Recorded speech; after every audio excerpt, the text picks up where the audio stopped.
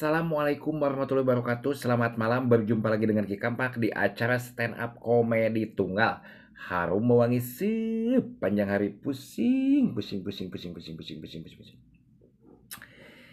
Ki Kampak rek mere judul nikmatnya hidup ngalajur nafsu tapi keur ngora.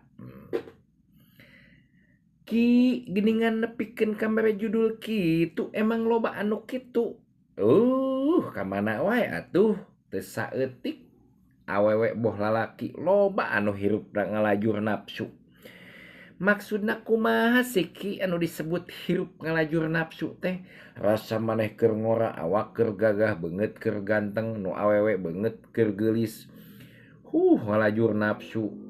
Lalaki sarua kawin wae gonta-ganti nepikeun ka leuwih ti 30 kali mah heueuh. Awewe kitu keneh sarua gonta-ganti heueuh. Ujungnya anak di mana-mana.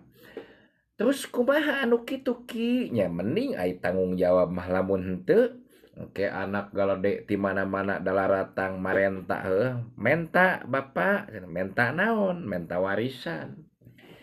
Leuheung ai aya mah ai eueuh dah seep beak pake ngalajur nafsu. Ujung-ujungna boga anak baleunghar nepikeun ka poho. Poho ka saha? Nya ka maneh ka bapakna. Geuning bisa poho nya ai teu nguruskeun rek inget di mana. Akhirna banyak yang terlunta-lunta. Terlunta-lunta kumaha Ki? Teu nyaaheun.